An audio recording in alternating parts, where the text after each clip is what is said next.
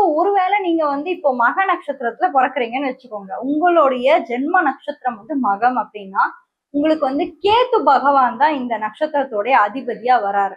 ஓகேங்களா? சோ கேது தான் இந்த டைம்ல உங்களுக்கு அதிபதியா வர்றதுனால எவ்வளவு சதவீத விழுக்காடு உங்களுக்கு நல்லா இருக்கும். எவ்வளவுலாம் நீங்க நல்லா இருக்க போறீங்க அப்படின்னு நீங்க பாத்தீங்கன்னா, மகத்துல அதாவது சிம்மத்திலே கேது இருக்காரு.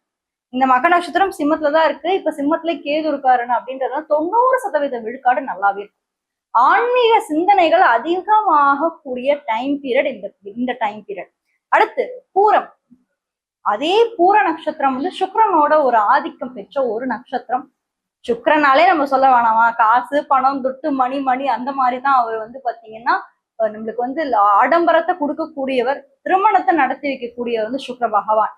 சோ அப்படி இருக்கக்கூடிய இந்த காலகட்டத்துல பூர நட்சத்திரத்துல பிறக்கிறவங்களுக்கு எப்படி இருக்கும்?